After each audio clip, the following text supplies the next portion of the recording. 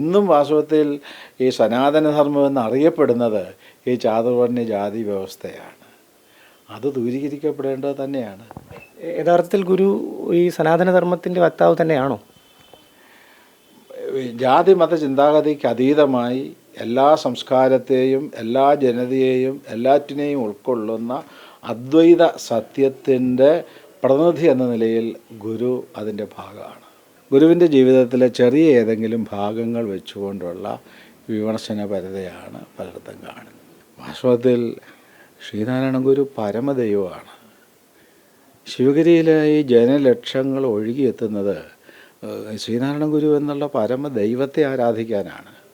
ഒരു സാമൂഹ്യ പരിഷ്കർത്താവിൻ്റെയോ സാമൂഹ്യ വിപ്ലവകാരിയുടെയോ കുടീരം കാണാനല്ല ഇവിടെ ഈ ജനലക്ഷങ്ങൾ എത്തുന്നത്.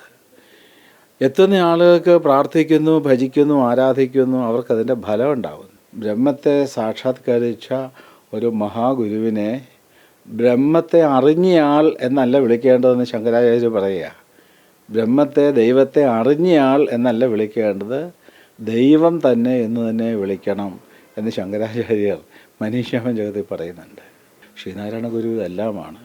അവതാര പുരുഷനാണ്, പ്രവാചകനാണ്, സിദ്ധനാണ്, ബുദ്ധനാണ്, ഇതെല്ലാമാണ്. ഗുരു ജനകോടികൾക്ക് പ്രത്യക്ഷ ദൈവമാണ്. ജീവിച്ചിരുന്നപ്പോൾ തന്നെ അങ്ങനെയാണ്. ആ ഈശ്വര സത്യത്തിൽ നിന്നും ഗുരുവിനെ അന്യമായി ഒരു സാമൂഹ്യ പരിഷ്കർത്താവാണ്, വിപ്ലവകാരിയാണെന്ന് പറയുന്ന ഗുരുദേവനെ ചെറുതായി കാണിക്കുന്നതാണ്. ശ്രീനാരായണ ഗുരു സാമൂഹ്യ പരിഷ്കർത്താവാണോ? അതെ. വിപ്ലവകാരിയാണോ? വിപ്ലവകാരിയാണ്. അതാ ജീവിതത്തിൻ്റെ ഒരു 10%. ഇതിനെക്കുറിച്ചൊന്നും ഒരു അറിവുമില്ലാത്ത ആളുകൾ വന്നിരുന്ന് ശ്രീനാരായണ ഗുരുവിനെയും ഗുരുവിൻ്റെ കൃതികളെയും ജീവിതത്തെയും വിമർശിച്ച് ഓരോരോ അഭിപ്രായങ്ങൾ പറയുക. ഗുരുവിനെക്കുറിച്ച് പറയേണ്ടത് ആരാണ്? ഗുരുവിൻ്റെ കൃതികൾ 75 കൃതികളുണ്ട് ഗുരുവിൻ്റെ. ആ കൃതികൾ വായിച്ചു പഠിച്ച് ഗുരുവിൻ്റെ 73 വർഷത്തെ ജീവിതമുണ്ട്. ആ ജീവിതവുമായി ചേർത്ത് ഇണക്കി വെച്ചുകൊണ്ട് പഠിച്ചാണ് ഗുരുവിനെക്കുറിച്ച് പറയേണ്ടത്.